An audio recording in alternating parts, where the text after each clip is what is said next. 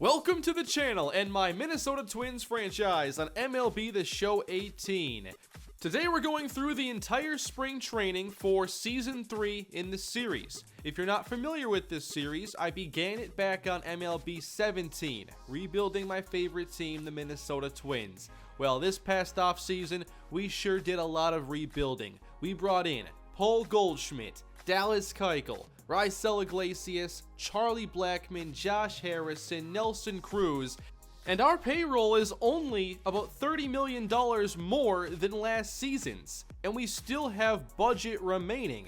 So this hasn't hurt the team at all. It's only added a lot of talent to a team that was good last year and won 84 games, but still had some weaknesses we had to fix. And plus, with no big contracts on the team, we went into the offseason with Jason Castro's $8 million salary being the largest on the team. So we had room to spend, and that we did. You're going to see some spring training highlights today from both streams and what I played on my own. So some first impressions here of our new signings. We had Charlie Blackmon ground out and Paul Goldschmidt take Chris Sale out to center field, but that stays in the ballpark. One of the big stories around this entire series has been our need for starting pitching. We have prospects, but now we have a veteran that can lead this rotation for a number of years. Keuchel is coming off a season where I believe he was a little injured. He only threw 125 innings and posted a 3.88 ERA. He is a 90 overall and by far our highest overall pitcher. But let's talk about power. We struggled to hit home runs last year, and I signed Nelson Cruz to hopefully turn that around. He's coming off a 51 home run season and has 390 in his career. Then there's Josh Harrison, a career 285 hitter, and I saw some debate over whether this was a good signing. What I like about Harrison is his position flexibility. We can put him in the outfield if that turns out to be the best fit for the roster, or he can play 3 infield positions. He's a good defender, and I think he'll help everything fit together better. Paul Goldschmidt, I think we all know what his game is all about. One of the true superstars in Major League Baseball. He's 31 years old, coming off a 38 home run season, the best of his career. He's a .303 career hitter, and his talent dramatically changes the trajectory of this offense. We're also going to see a lot of the young players that I've drafted and have been developing, and one of them is Gary Tadano, who was a star down at AA a season ago. He's already a 76 overall. I took 2 pitchers in the first and second rounds in the first draft of this series, and they've both proven to be high potential players. There's also Maxwell Fowler, our number 1 overall pick 2 years ago, who was very good in the minors a season ago. He helped our AA Lookouts get a Southern League championship, and I expected him to be a part of our Major League rotation after just 1 year in the minors. I've talked about his game, but he's more of a control-oriented pitcher, pitch-to-contact type of guy with a sinker. He won't throw a lot of strikeouts or a lot of walks, but he should be very productive in terms of just getting through a bunch of innings. Here is a double in the gap by Eddie Rosario. He is still one of our corner outfield starters. And then we had a catcher battle for the backup spot behind Jason Castro. Justin O'Connor versus Mitch Garver. O'Connor has the higher potential. Back to the top of the order, and we have Charlie Blackmon going into the opposite field gap. Blackmon could be our leadoff hitter. Good speed, good contact, and if he's more reliable than Byron Buxton, he'll have that job. There's also Yunel Escobar, who was the offensive MVP a year ago, posting an average north of 300. He gets the blooping single. Twins lead 2-0. On the mound, this is relief pitcher Sandy Bunty giving up a big fly to left. Bunty was in the minors last year. He was a very good relief pitcher. I think he'll be at AAA this year and perhaps could join the bullpen maybe next season. Then there is Miguel Sano, who is obviously our primary home run hitter. We'll see if that's the case this season. His play can be very inconsistent at times, but he has definitely been one of our best offensive players. And this is Willie Ordonez. Ordonez was another member of that first draft class we had. He was a pretty polished prospect, but the potential was low, so I'm not sure how much better he's going to be, but he's already a good contact hitter and was by far our best hitter at AA a year ago. Another new starter in our rotation is Lance Lynn, who spent last year with the Red Sox, and he joins our rotation, giving us 2 veterans and then a bunch of young prospects, and I wanted to see them battle for those 3 remaining spots. It was a battle between Jose Barrios, Steven Gonzalez, Maxwell Fowler, Gary Tadano, Fernando Romero. I might have missed somebody. Yadier Alvarez. There are so many prospects that could be good starting pitchers, but it's still a process with these players. They're giving up a lot of home runs still, and they haven't shown the consistency that we're looking for. Charlie Blackmon again the other way. I'm hoping as a team we have a much higher batting average, and that's part of why I went after Blackmon, than Nick Gordon, our other top prospect, our best position player. He's a shortstop and the brother of D. Gordon, and he grounds into a double play. He doesn't have the same speed as his brother, but he's still a really good player with A potential and is a top 50 prospect. You see here again, Barrios giving up the extra base hit, trying to get through some innings. He will get a lot of strikeouts. He and Alvarez should be our 2 best strikeout potential prospect pitchers, but it's all about making sure that we're not allowing a bunch of home runs and doubles at the same time.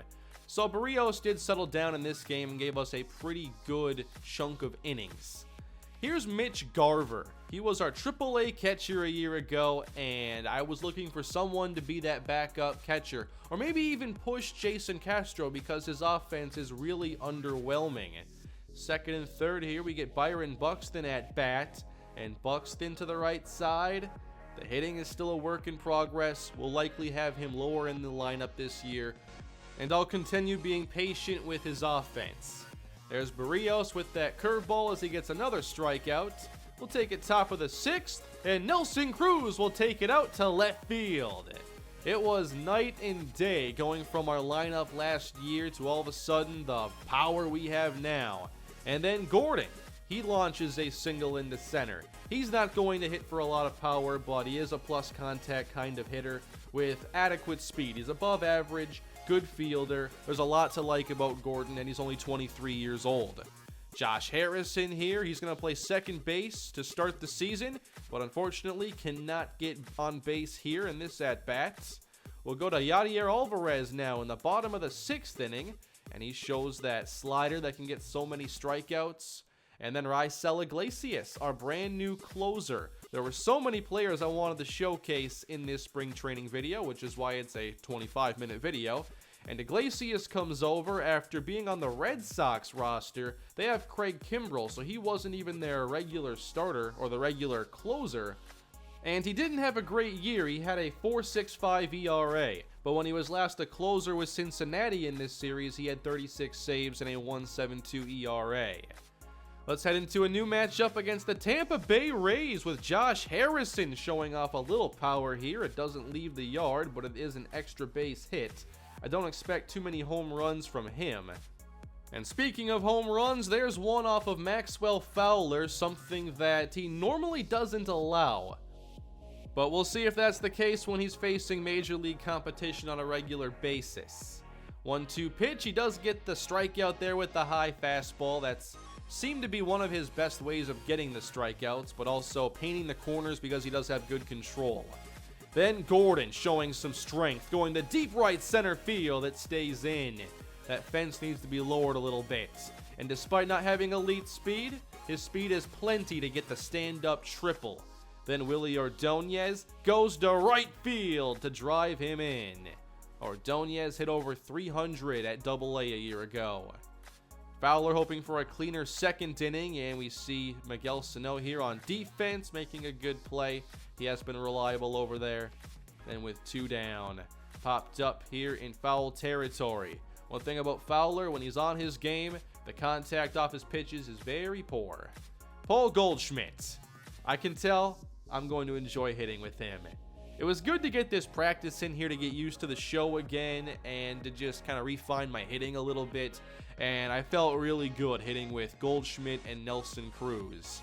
And you can tell from these streams, I had a blast hitting with these players.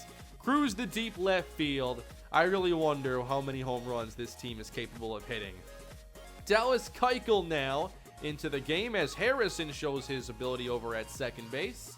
We'll show a little stat update here, but with the pitchers, there weren't a lot of good numbers, and you pitch such few innings in the spring training that one bad outing can ruin the entire spring stats for you. You can't really rebound from a 5-run inning very easily. So there was one bad outing for Dallas Keuchel, but that was really just the one problem. He got through that inning, and then after that, the ERA went down. And here was one of the other troublesome starts with Steven Gonzalez giving up 7 in 3, and that will essentially wreck your spring. You know what else will wreck your spring? Paul Goldschmidt taking you out to right center field. Goldschmidt's average was a little lower in the spring than I would have liked to see, but we also got a ton of home runs. Here's Byron Buxton. Not a ton of highlights from him in the spring training, sadly. There were some well-hit balls, but they just didn't go to the right spots. Then we have a ground ball up the middle, and the Rays try to make a nice play, but they end up allowing this to be an infield hit. I just love the gameplay in this game and some of the interesting moments you get later in the game. Goldschmidt now pulls one to deep left, and that is gonna be gone as well. 3-run shot. Chris Archer did not have a fun game against us as Goldschmidt takes him out twice. Goldschmidt's positive morale is boosting him from a 93 overall to a 97. Eddie Rosario is also going to show his power. He was better in the first year of this series than the second, with a 247 average and 24 home runs compared to 230 and 17. He needs to take a step forward this year to keep his starting spot secure. I believe this is Justin O'Connor batting here, and he gets this single through the infield. We had a pretty good game here against the Rays, and we weren't done. Base hit by Nick Gordon. We're going to score another run. I like seeing us score runs in a variety of ways. And I'm expecting a much more productive offense this year and many more runs because our offense was pretty bad a year ago. Dallas Keuchel getting some more time as he keeps that ERA going down with some strikeouts. There is a soft tapper back to him, and he'll flip around to make the throw accurately to first base. Let's put Jake Reed into the game here, who was nearly Rookie of the Year last season. He was maybe our best relief pitcher. He was certainly up there, and we used him a lot. 87 innings, 91 strikeouts, and a 3.08 ERA. With Raisel Iglesias now the closer, I want Jake Reed to be the setup man and to be our pitcher whenever we get into a tough situation. Up 8-1, Twins are not finished. Nick Gordon once again out to right center. And a little delayed attempt at going to second base, but he was safe there. And he was one of our hottest hitters in all of spring training, without a doubt. Yadier Alvarez getting some more innings, and he is a very hot and cold player. You'll get some filthy strikeouts, but he allows a lot of extra base hits. There's a home run from Adam Jones. At least this one didn't win them the game. And then another one to left field. We have a double this time off of Alvarez. Overall in this spring training, the young pitchers did disappoint. I was hoping for some lower ERAs and less home runs allowed, and there were some good players that earned their spot in the rotation with just a great spring. But overall, I'd say that the young pitchers still have a long way to go, and they're going to spend some time at AAA. You'll see the final roster and all those decisions once this is over. This is Gary Tadano, who had a very good spring as this gets sent out to left field and deep. I still want to see Tadano in the minor leagues because he is so young, and I just want to see how fast he'll develop if he's dominating down at AAA. Oh, and here was a fun moment in the stream. How about Pablo Sandoval stealing a base against us? Gordon tries to apply the tag and does so too late. So a stolen base, and then Miguel Sano at third makes another phenomenal throw across the diamond. Gary Tadano in the fourth. This gets sent out to left, and Willie Ordonez misplays it. I've thought about where I want to play Ordonez moving forward because now Paul Goldschmidt's at first base. And sadly, Ordonez's defense is not very good in the outfield, so he probably won't ever be out there unless he gets a lot better.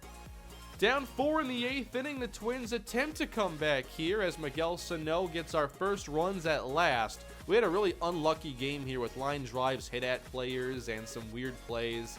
We end up losing, however. And we'll go into our last games of spring training that I just played on my own off of stream. And I wanted to showcase the pitchers here mostly and start getting those battles taken care of. Here's Fernando Romero. He came in this game with a pretty good ERA, but not a lot of innings. And this first inning was not very good for him. He struggled with his control, and the Pirates took advantage of any pitch that was hittable.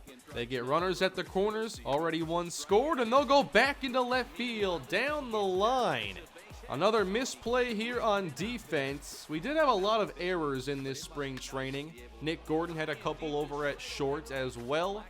2-0 Pirates, and this thankfully stays in the ballpark, but it does allow another run to come home. So Twins down 3-0, but we're looking to get those runs back. Nick Gordon down the line, and that's extra bases. Continuing to dominate as one of our most reliable hitters in all of spring training. It's an RBI double. Then Mitch Garver, the catcher, took over this battle, and O'Connor never stood a chance. Largely because he went 1 for 19 hitting. Garver hit like 300 or 400 for most of spring training. Romero's going to get some strikeouts as well. He posted 162 in 182 innings a year ago and went 10-13 as a starter. But unfortunately, his last start here in spring training just did not go well. 4-1 Pirates. Then Gordon at short. Nice play defensively. Continuing this fourth inning, 1-0 count and lace to right. Another extra base hit. 5 runs come home for the Pirates. The Twins, though, get a threat of their own. 2 aboard, and Gordon again with the base hit.